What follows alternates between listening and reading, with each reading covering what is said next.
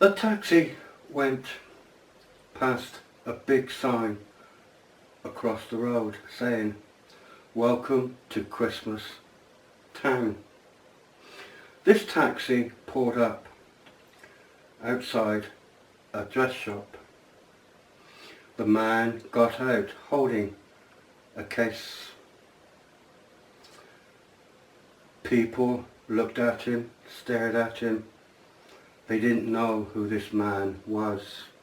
This man was there on a pure purpose of work for his bosses. It was hush hush. He went along the shops until he reached a place, a B&B, a place where he can stay for a few days and have breakfast. He unpacked his belongings. After so long, he made his way outside, looking all around the small town, seeing Christmas trees full of lights, Christmas decorations going from the shop over to the next shop, kids dancing and singing in the street. He made his way to an inn and he bought himself a drink and sat down in the corner. He was looking at the people inside, how happy they were all, and they were singing Christmas songs. How can someone enjoy Christmas so much, let alone a whole town? And why have they called their town Christmas Town? He was nicely shaved, his hair combed, not a piece of hair out of place. He wore a suit and shiny shoes. He went to the mailing station to ask where he could get a car so he can travel around outside the town. The man, he was so pleasant, he was so nice and secure. He was going to give him money, and the gentleman who owned the car said, "No, that's all right. You have the car. I may need your help someday, but only here for a couple of days." "That's okay, that's okay. We are all here together. We help one another. You may be a stranger to all of us, but I know that you are at the B&B.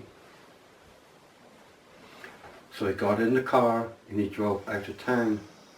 He came to some land for sale. He got on his mobile to his boss and said that there's land here for sale.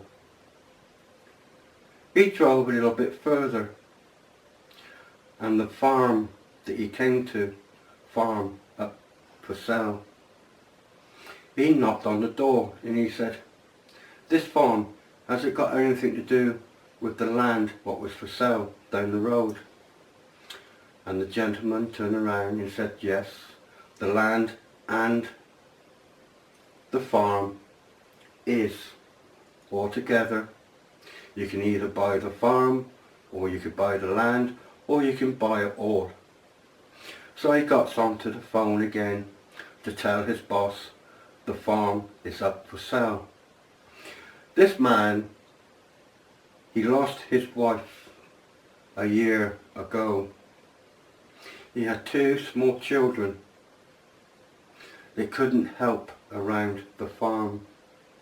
The banks was on his back because he can't keep up with the pavements. This man got back in the car quite happily, drove away thinking he's done his job.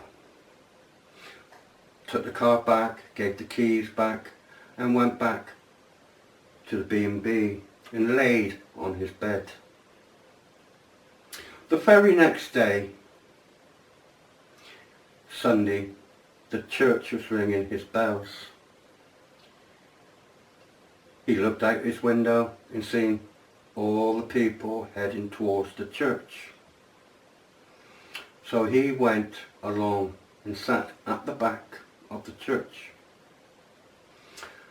singing and praying, and the vicar saying, "We are all here for one another.